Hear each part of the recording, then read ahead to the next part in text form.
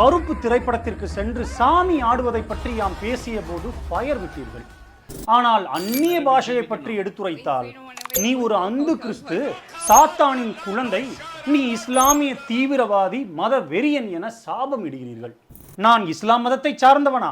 சரி, இருக்கட்டுமே. அது என்ன, அந்நிய பாஷை பேசினால் மட்டும்தான் பரலோகத்தில் ராஜ்யம் கிடைக்குமா? அப்படி பேசவில்லை என்றால் மற்ற மதத்தை சார்ந்தவர்கள் எல்லாம் எங்கே போவார்கள்? நரகத்திற்கா?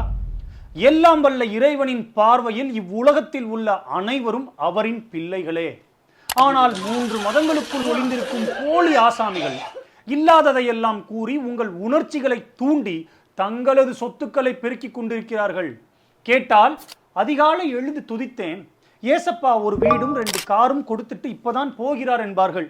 மனசாட்சியை தொட்டு யோசித்து பாருங்கள். பல போலி பாஸ்டர்களை நீங்கள் பார்த்து கொண்டுதான் இருக்கிறீர்கள். என்ன உங்களால் அதை வெளியே கூற இயலவில்லை, அவ்வளவுதான். மருத்துவம் தானே படித்திருக்கிறாய், எதற்காக நீ இதை பேசுகிறாய் என கேட்காதீர்கள். என்னால் இயன்றவற்றை நான் பேசதான் செய்வேன்.